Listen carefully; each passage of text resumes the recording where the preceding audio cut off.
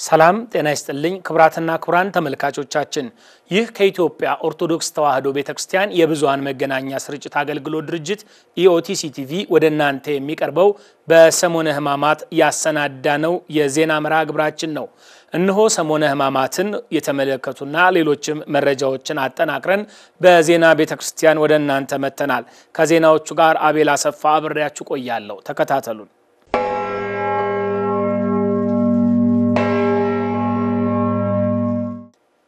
ብፁዕ ወቅዱስ አቡነ ማትያስ ቀዳማዊ ፓትርያርክ ርዕሰ ሊቃነ ጳጳሳት ዘኢትዮጵያ ሊቀ ጳጳስ ዘአክሱም ወእጨጌ ዘመንበረ ተክለ ሃይማኖት የምእመናን መታሰቢያ ድርጅት በኢየሩሳሌምና ሌሎች አስጎብኚ ተቋማት ወደ ቅድስት ሀገር ኢየሩሳሌም የሚልኳቸውን ተጓዦች ቡራኬ በመስጠት ሸኝተዋል። ዝርዝራለን። ብፁዕ ወቅዱስ አቡነ ማትያስ ቀዳማዊ ፓትርያርክ ርዕሰ ሊቃነ ጳጳሳት ዘኢትዮጵያ ሊቀ ጳጳስ ዘአክሱም ወእጨጌ ዘመንበረ ተክለ ሃይማኖት የኢየሩሳሌም መታሰቢያ ድርጅትና በሌሎች አስጎብኚዎች ወደ ቅድስት ሀገር ኢየሩሳሌም ለሚሄዱ ተጓዦች ቡራኬ ሰጥተዋል። ቅዱስነታቸው ለተጓዦች ባስተላለፉት መልእክት በቅድስት ሀገር ኢየሩሳሌም የሚገኙ የኢትዮጵያ ገዳማትን ልትጎበኙ ብሎም ልትረዱ ይገባል ብለዋል። ንግረተ ኢየሩሳሌም ወደ ኢየሩሳሌም ሄዳችሁ ጸሎት አድርጋችሁ ቅድስት ሀገርን ተሳልማችሁ በሰላም እንድትመለሱ የሁላችንም ጸሎትም ምኞትም ነው እና ዛያሉት አብያተ ክርስቲያናት ጎብኙ። የራሳችሁ የሆነውን አብያተ ክርስቲያናት የኢትዮጵያ የሆኑትን አብያተ ክርስቲያናት የሚሰጥ ነገር ካላችሁም ለነሱ እንድትሰጡ፣ ሌሎቹ የራሳቸው አሏቸው። እናንተ ኢትዮጵያውያን ደግሞ ለኢትዮጵያ አብያተ ክርስቲያን ገዳማት ነው ያላችሁን ምትመጸውት ነገር ካለ ምትመጸውቱትና ያንን ሁሉ ለገዳማቱ ተስፋ ናቸው። ዋናው በአመት በየአመቱ ሄዳችሁ እዛ መታየቱ ራሱ ትልቅ ክብር ነው ለገዳማቱ እና ለመነኮሳቱ ዛሉት መነኮሳት እና እግዚአብሔር መልካም ጉዞ ያድርግላችሁ። እግዚአብሔር ሰላማዊ መንገድ አድርጎ በሰላም አድርሶ እንዲመልሳችሁ የሁላችንም ጸሎት ነው። ወደ ቅድስት ሀገር ኢየሩሳሌም መንፈሳዊ ተጓዦችን ይዘው ከሚሄዱ ተቋማት መካከል አንዱ የሆነው የኢየሩሳሌም መታሰቢያ ድርጅት ለዘንድሮው የትንሣኤ በዓል 180 ምእመናንን ይዞ እንደሚሄድ ተገልጿል። የኢየሩሳሌም መታሰቢያ ድርጅት መሰረታዊ ከሆኑት ዓላማዎች መካከል አንደኛው የጌታችን የመድኃኒታችን የኢየሱስ ክርስቶስ በዓለ ትንሣኤን ምክንያት በማድረግ ምእመናን ወደ ቅድስት ሀገር ኢየሩሳሌምና በአካባቢዋ የሚገኙ ታሪካዊና ሃይማኖታዊ ስፍራዎችን እንዲጎበኙና ቅዱሳት መካናትን በመሳለም የበረከት ተሳታፊ እንዲሆኑ ማብቃት ነው። ይህን ዓላማና ተልእኮ ተግባራዊ ለማድረግም ባለፉት 60 ዓመታት ለ57 ጊዜ መንፈሳዊ ጉዞ በማዘጋጀት ከ20 ሺህ በላይ የሚሆኑ ምእመናንን ለዚያ ለተቀደሰ ስፍራ እንዲበቁ አድርጓል። ቅዱስ አባታችን የዘንድሮን የ2017 በዓለ ትንሣኤ ምእመናን በቀራንዮ አደባባይ ተገኝተው እንዲያከብሩ ለማድረግ በማስተባበር በዘንድሮ ፕሮግራማችን 180 ምእመናንን በማዘጋጀት ለማጓጓዝ አስፈላጊውን ቅድመ ዝግጅት በማድረግ በመጨረሻው ሰዓት ላይ እንገኛለን። የኢየሩሳሌም መታሰቢያ ድርጅት ምእመናንን ከማጓጓዝ ባለፈ በቅድስት ሀገር ኢየሩሳሌም የኢትዮጵያ ገዳማት ውስጥ ለሚገኙ ወገኖቻችንም ተስፋ መሆን የቻለ ተቋም ነው ተብሏል። በአፍሪካ ውስጥ ኢትዮጵያ ብቻ ናት ኢየሩሳሌም ውስጥ ንብረት ያላት 7 ገዳማት ያላት።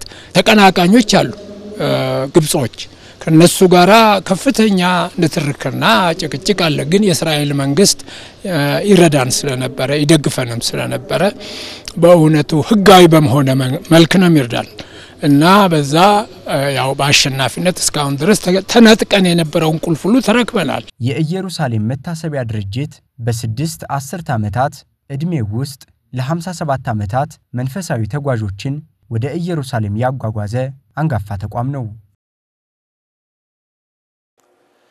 ሰላም በብዛ ሃይማኖት ማህበረሰብ በተሰኘ ርዕስ በሊቀ ትጉሃን ቀሲስ ታጋይ ታደለ የኢትዮጵያ ሃይማኖት ተቋማት ጠቅላይ ጸሐፊ ተዘጋጅቶ ለህትመት የበቃው መጽሐፍ ተመረቀ። መጋቤ ምስጢር ሳህሉ አድማሱ 328 ገጾች የተካተቱበት 120 የግርጌ ማስታወሻዎች የተመዘገቡበት 199 ዋቢ መጻሕፍት የተዘረዘሩበት ሰላም በብዝሃ ሃይማኖት ማህበረሰብ የተሰኘው መጽሐፍ በሊቀ ትጉሃን ቀሲስ ታጋይ ታደለ የኢትዮጵያ ሃይማኖት ተቋማት ጠቅላይ ጸሐፊ ተዘጋጅቶ ለህትመት የበቃው መጽሐፍ ብፁዕ አቡነ ጎርጎርዮስ የምስራቅ ሸዋ ሀገረ ስብከት ሊቀ ጳጳስ የኢትዮጵያ ሃይማኖት ተቋማት ጉባኤ ሰብሳቢ ብፁዕ አቡነ ዲዮስቆሮስ በክልል ትግራይ የደቡባዊ ማይጨውና የራያ 6 ወረዳዎች አህጉረ ስብከት ሊቀ ጳጳስ የማህበራት ማደራጃ መምሪያ የበላይ ኃላፊ የኢትዮጵያ ሃይማኖት ጉባኤ ተወካዮች የዕለቱ የክብር እንግዳ ክቡር ዶክተር ከረዲን ተዘራ የሰላም ሚኒስቴር ዴኤታ ፕሮፌሰር መስፍን አርያ የሀገራዊ ምክክር ኮሚሽን ኮሚሽነርን ጨምሮ በርካታ የጥበብ ሰዎችና ጥሪ የተደረገላቸው የክብር እንግዶች በተገኙበት ባሳለፍነው ቅዳሜ ሚያዝያ 4 ቀን 2017 ዓ.ም በስካይላይት ኢንተርናሽናል ሆቴል የመሰብሰቢያ አዳራሽ በይፋ ተመርቋል። በምረቃ መርሃ ግብሩ መሰረት በመጽሐፉ ይዘትና ዓላማ ላይ ያተኮረ ጥናታዊ ጽሑፍ ቀርቧል።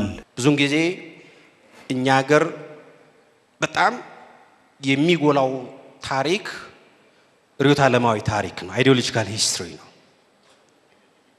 ሂሊንግ ሂስትሪ የለንም። ወይም ደግሞ በሌላ ቋንቋ ታሪኮቻችንን ለመቋሰል ነው የምንጠቀመው እንጂ ቁስሎቻችንን ለመፈወስ አይደለም የምንጠቀመው።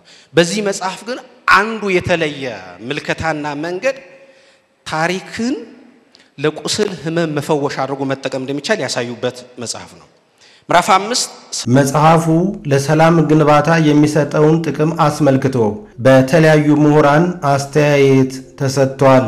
በመጨረሻም ሰላም በብዝሃ ሃይማኖት ማህበረሰብ የተሰኘው መጽሐፍ በሃይማኖት ተቋማት ተወካዮች በይፋ ተመርቋል። በማያያዝም የመጽሐፉ አዘጋጅ በሆኑት በሊቀ ትጉሃን ቀሲስ ታጋይ ታደለ ማብራሪያ ተሰጥቶ መርሃ ግብሩ በጸሎት ተጠናቋል። ስለማያስፈልጉ ስለማይጠቅሙ ጭምር ነው የሚጠቅመው።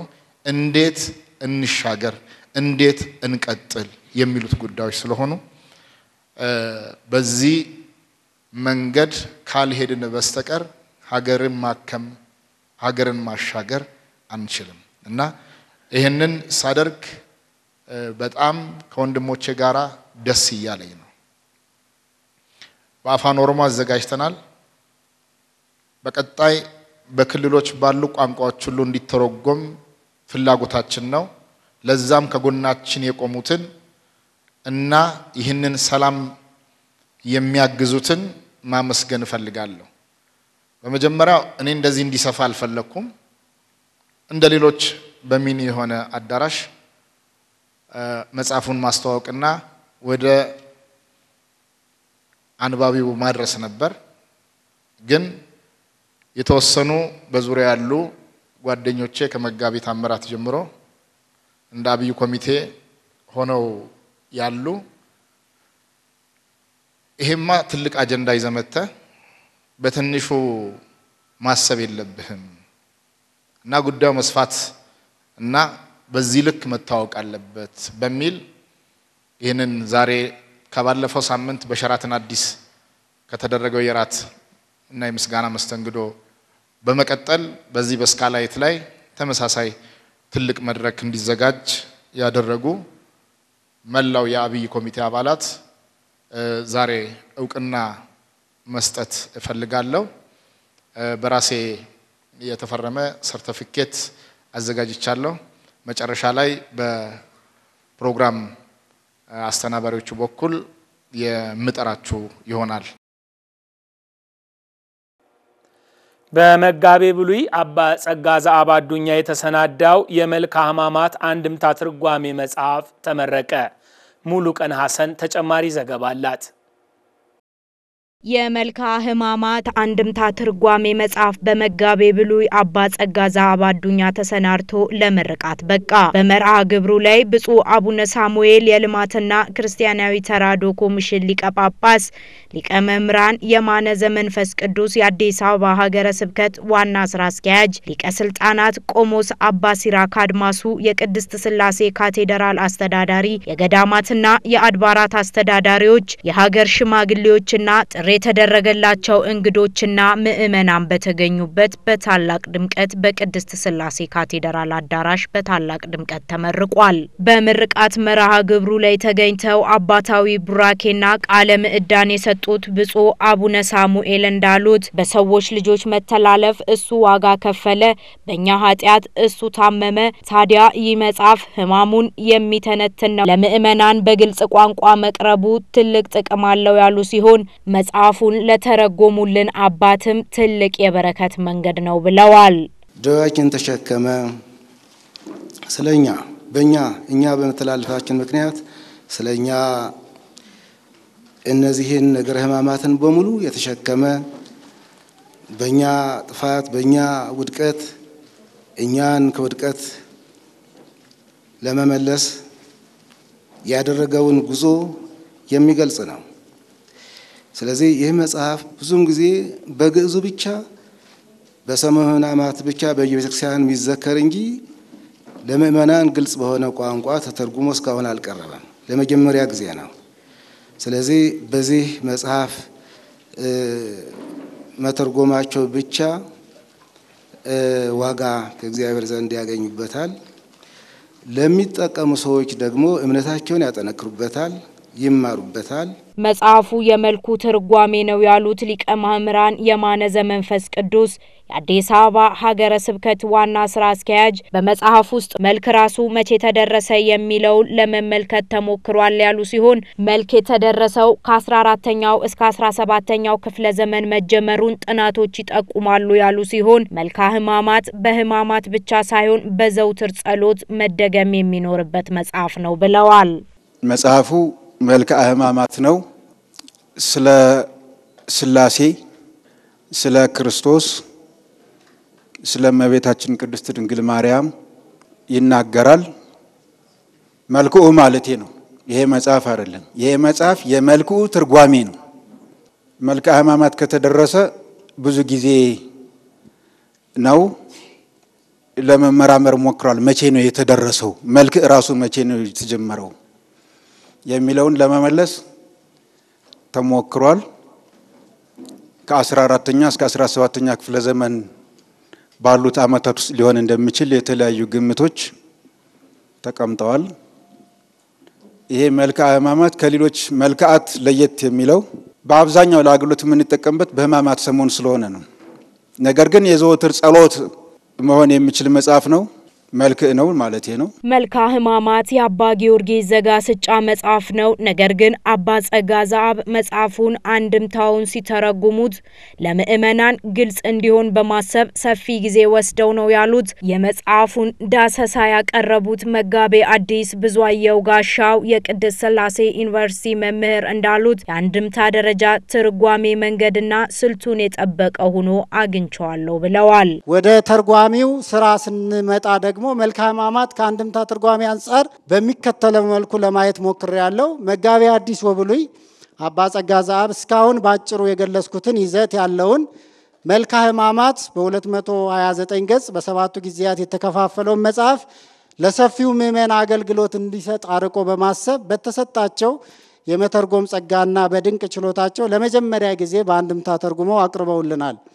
ይህ የአንድምታ ትርጉም እንዲሁ አንድም ተብሎ የተተረጎመ ሳይሆን የአንድምታ ትርጓሜ ደረጃን የጠበቀና የአንድምታ ትርጓሜ መንገድና ስልትን ተከትሎ የተዘጋጀ ሆኖ እናገኘዋለን። የምርቃት መርሃ ግብሩ በታላቅ ድምቀት በመጠናቀቁ እጅግ ደስተኛ መሆናቸውን የገለጹት የመጽሐፉ ተርጓሚ አባ ጸጋ ዘአብ በነገሮች ሁሉ ላልተለያቸው ፈጣሪ ምስጋና አቅርበው በጉዟቸው ሁሉ አብረዋቸው ለነበሩና በምርቃቱ ላይ ለተገኙ ምእመናን ምስጋና አቅርበዋል። ቢወድ ፍቅሩ የማያልቅበት ቢያለብስ ዳግም የማያራቁት ከሰጠ መልሶ የማይቀማ ርስት መንግስተ ሰማያት ካስገባ እንደገና ውጣ የማይል ካቀፈ ዳግም የማይገፈትር ፍቅሩ እስከ ሞት የሆነው የአብ የባህሪ ልጁ ኢየሱስ ክርስቶስ ወልደ ማርያም እርሱ በቸርነቱ በይቅርታው እርሱን ስላከበራችሁ መድኃኔ ዓለም ያክብራችሁ። አክብራችሁ የመጣችሁት ወዳችሁ የመጣችሁት በአንጻሩ አምላካችሁን ነው ፈጣሪያችሁን ነውና የማይለወጠው ያክብራችሁ።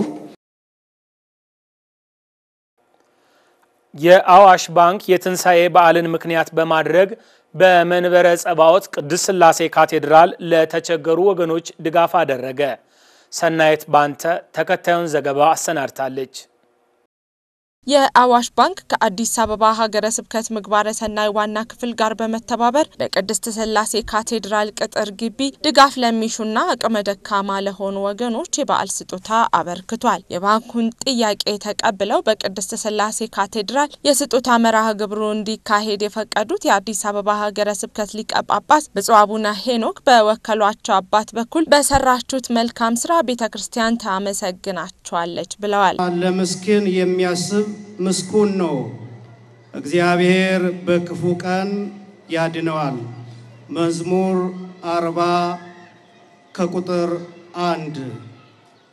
ባንኩ ይህንን መሰረት በማድረግ ዛሬ እግዚአብሔር ባዘዘው በረከት ለማግኘት ይህንን የተቀደሰ ስራ መልካም ስራ ሰርታችኋልና ቤተክርስቲያናችን ከልብ እናንተን ታመሰግናለች። ስጦታው የአይነትና የገንዘብ ሲሆን ባንኩ ከ63 ሚሊዮን ብር በላይ ወጪ በማድረግ ለ10,000 ወገኖች በመላው ኢትዮጵያ በተመረጡ አጥቢያዎች ስጦታ እንደሚያበረክትም ተገልጿል። ባንካችን ትርፋማ ከሆኑ ባንኮች ውስጥ አንዱ ነው። ይሄ ትርፍ የተገኘው ትርፍ ምንድነው የሚሆነው የሚለውን ትንሽ መግለጽ ፈለግኩ። ይሄ ትርፍ ባንኩ የኢትዮጵያ ሕዝብ ባንክ ስለሆነ ትክክል ነው። ባለ አክሲዮኑ የሚገባው ይሰጣዋል። ሁለተኛ ላይ ደግሞ ሰራተኛው ደሞዝ ይከፈለዋል። ለመንግስት ደግሞ ትልቅ ታክስ ከፋዮች ውስጥ አንዱ ነን፣ ታክስ እንከፍላለን። ለህብረተሰቡ ደግሞ እንደዚህ የህብረተሰቡን ህይወት የሚቀይሩ የተለያዩ ፕሮጀክቶች ላይ እንሳተፋለን። በየአመቱ በመቶ ሚሊዮኖች የሚቆጠር ገንዘብ እናወጣለን። እዚህ ላይ ሰፊ ስራ እየሰራን ያለ ነው። ነገር ግን አሁን በአሁኑ ጊዜ የኢኮኖሚው ሁኔታ በተወሰነ መልኩ ስናይ በተለይ የክርስትና በዓሉን በተመለከተ ምንድነው ማድረግ ያለብን የሚለውን ቁጭ ብለን ተነጋገርንበት። 10,000 ሰው ከኋላው ደግሞ 5 ሰው ቢኖር ቤተሰብ በትንሹ 50 ሰው 100,000 ሰው በዓሉን በሰላማዊ ሁኔታ ሊውል ይችላል የሆነ እርዳታ ብናደርግ ብለን አሰብን። በዚሁ መሰረት ወደ 63 ሚሊዮን ብር መደብንና ለዚህ ለእማማት ሳምንት ለእያንዳንዱ ሰው የ6,000 ብር ስጦታ መስጠትን ወሰን። በዚሁ መሰረት አይተሻል። ግማሽ ኩንታል ዱቄት፣ ዘይት ወደ 4,000 ብር የሚሆን 2,000 ብር ደግሞ በካሽ ዘይትና ዱቄት ብቻ አይደለም ነገርየው። ቤት ስትገቢ ሽንኩርት ትፈልጊያለሽ፣ በርበሬ መኖር አለበት፣ የሆነ ደግሞ ጨው ትገዣለሽ፣ ወጥ እንኳን ለማረግ ለመጋገር እንኳን ያን ነገር መርዳት አለብን ብለን 2,000 ብር ደግሞ ለእያንዳንዱ 10,000 ሰው ኢትዮጵያ ውስጥ ላለው በካሽ ይሰጣል። ስለዚህ በዛሬው ዕለት ያደረግነው ስራ በኢትዮጵያ በአጠቃላይ አገራችን ውስጥ ዋና ዋና የተባሉ ከተሞች ውስጥ የዚህ ቤተክርስቲያኖች ውስጥ በቤተክርስቲያኗ በኩል በተመረጡ በጣም ችግረኛ ናቸው ለተባሉ ሰዎች ለእያንዳንዳቸው የ6,000 ብር የበዓል ስጦታ እንሰጣለን ማለት ነው። 10,000 ሰው ይወስዳል። አቶ ፀሐይ ሽፈራው የአዋሽ ባንክ ዋና ስራ አስፈጻሚ ባንኩ ቅድስት ቤተክርስቲያን በምትቀርጻቸው ፕሮጀክቶች ሁሉ በጋራ እየሰራ እንደሚገኝና ወደፊትም እንደሚሰራ ተናግረዋል። የኛን አገር ችግር ስጦታ ብቻ ሰጠን የምንፈታው አይደለም። የተለያዩ ፕሮጀክቶች መኖር አለበት። እነዚህን ሰዎች ወደ ቋሚ ስራ የሚያገኙበት ህይወታቸው ወደሚቀይሩበት ነገሮች ማሸጋገር አለብን። እዚህ ውስጥ አዋሽ ባንክ የመጀመሪያው ከቤተ ክርስቲያኗ ጋር በቅርበት እየሰራ ነው። ከኦርቶዶክስ ቤተ ክርስቲያን ጋር አዋሽ ባንክ በቅርበት ከሚሰሩ ባንኮች ውስጥ አንዱ ነው። ለወደፊቱም ቤተ ክርስቲያኗ ለምትቀርጻቸው ፕሮጀክቶች ላይ በገንዘብ ድጋፍ እናደርጋለን። በተመሳሳይ ዜና አዋሽ ባንክ የትንሳኤ በዓልን ምክንያት በማድረግ ዝቅተኛ ገቢ ላላቸው ወገኖች የአይነትና የገንዘብ ድጋፍ በማህደረ ስብዓት ቅድስት ልደታ ለማርያም ቤተክርስቲያን አካሂዷል። ያረካል አድማሱ ዝርዝር አለው። አዋሽ ባንክ የትንሳኤ በዓልን ምክንያት በማድረግ በማህደረ ስብዓት ቅድስት ልደታ ለማርያምና ደብረ መድኃኒት መድኃኔዓለም ቤተክርስቲያን አካባቢ ለሚገኙ አቅመ ደካማ ወገኖች የአይነትና የገንዘብ ድጋፍ አድርጓል። በድጋፍ ርክክብ ስነ ስርዓቱ ላይ የማህደረ ስብዓት ቅድስት ልደታ ለማርያምና የደብረ መድኃኒት መድኃኔዓለም ቤተክርስቲያን አስተዳዳሪ መላከ ስብዓት ቆሞስ አባ ገብረስላሴን ጨምሮ የአዋሽ ባንክ ምክትል ፕሬዝዳንት የሆኑት አቶ ሄኖክ ተሰማ ተገኝተዋል። በስነ ስርዓቱ ላይ አቶ ሄኖክ ተሰማ ባስተላለፉት መልእክት አዋሽ ባንክ መደበኛ የባንክ አገልግሎት ከመስጠት ባሻገር በልዩ ልዩ መልኩ ማህበራዊ ኃላፊነቱን እየተወጣ ነው ብለዋል። በማህደረ ስብዓት ቅድስት ልደታ ለማርያምና ደብረ መድኃኒት መድኃኔዓለም ቤተክርስቲያን ውስጥ በቁጥር 350 ለሚሆኑ በዝቅተኛ የኑሮ ደረጃ ላይ ለሚገኙ ዜጎች ከ2 ሚሊዮን ብር በላይ በመመደብ የአይነትና የገንዘብ ድጋፍ አድርጓል። አዋሽ ባንክ በተለያዩ ጊዜያት በሰው ሰራሽና በተፈጥሮ አደጋ ለተጎዱ የማህበረሰብ ክፍሎች ዘርፈ ብዙ ድጋፎችን እያደረገ ሲሆን ከዚህም ባሻገር በመንግስትና በማህበረሰቡ የሚከናወኑ የልማት ስራዎችን በመደገፍ ረገድ የበኩሉን አስተዋጽኦ በማበርከት ላይ ይገኛል። የማህደረ ስብዓት ቅድስት ልደታ ለማርያምና ደብረ መድኃኒት መድኃኔዓለም ቤተክርስቲያን አስተዳዳሪ መላከ ስብዓት ቆሞስ አባ ገብረስላሴ ደግሞ ባንኩ የሚያደርገው ድጋፍ ዘላቂነት እንዲኖረው ጠይቀዋል። ለአንድ አመት ብቻ እንደው ሆኖ ሳይሆን በየአመቱ ቋሚ አድርጋችሁ ልትሰሩት ይገባል ብዬ አጽንኦት ሰጣለሁ። እንግዲህ የባንኩ ምክትል ፕሬዝዳንት መካከላችን ጋር ስላለ ይሄ ዝም ብሎ የሆነች ነገር ብልጭ አርጎ አሳይቶ መጥፋት ሳይሆን ስራችሁ ይሁን ሌሎችም አርያ አድርገው እንዲከተሉ በደንብ ቋሚ መሆን አለበት ብዬ ለማሳሰብ ወዳለሁ። የአዋሽ ባንክ የሥራ ኃላፊዎች በበኩላቸው ድጋፉ ቀጣይነት ይኖረዋል ብለዋል። እያንዳንዱ ሰው የ25 ኪሎ ዱቄት 5 ሊትር ዘይትና የደም ማጣፈጫ የሚሆን ደግሞ 2000 ብር በካሽ እንደዚህም ድጋፍ ተደርጓል ማለት ነው። ይህንን በቀጣይነት እንግዲህ አጠናክረን እንቀጥላለን። በተለይ ከኢትዮጵያ ኦርቶዶክስ ተዋሕዶ ቤተክርስቲያን ጋር በተለያዩ ጊዜያት በተለያዩ አጥቢያዎች ከዚህ ውጪ ባሉ የማህበራዊ ግዴታ መወጣት ስራዎችን ሰርቷል። ወደፊትም በቀጣይነት ይሄን ስራ ይሰራል። አዋሽ ባንክ አዲስ አበባን ጨምሮ በመላው ሀገራችን ለ2017 ዓመተ ምህረት ትንሳኤ በዓል ከ63 ሚሊዮን ብር በላይ ወጪ በማድረግ ለ10,000 ወገኖች ድጋፍ መስጠቱም ተገልጿል። ሰሞነ ሕማማቱን የተመለከቱ መረጃዎቻችንን ወደ እናንተ ያደረስንበት ዜና ቤተክርስቲያን መርሃ ግብራችን ይህንን ይመስል ነበር። የኢትዮጵያ ኦርቶዶክስ ተዋሕዶ ቤተክርስቲያን የብዙሃን መገናኛ ስርጭት አገልግሎት ድርጅት ኢኦቲሲ ቲቪ ይህንን ሰሞነ ሕማማቱን ጀምሮ እስከ በዓለ ትንሣኤ ድረስ ያሉትን ታላላቅ መንፈሳዊ ስርዓቶች ከዚህ ከአዲስ አበባ በቀጥታ ስርጭት በሳተላይት ቴሌቪዥን በኢትዮሳት እና በዲኤስቲቪ እንዲሁም በዲጂታል ሚዲያ ገጾቻችን በፌስቡክ እና ዩቲዩብ በቀጥታ ወደ እናንተ እያደረሰ ይገኛል።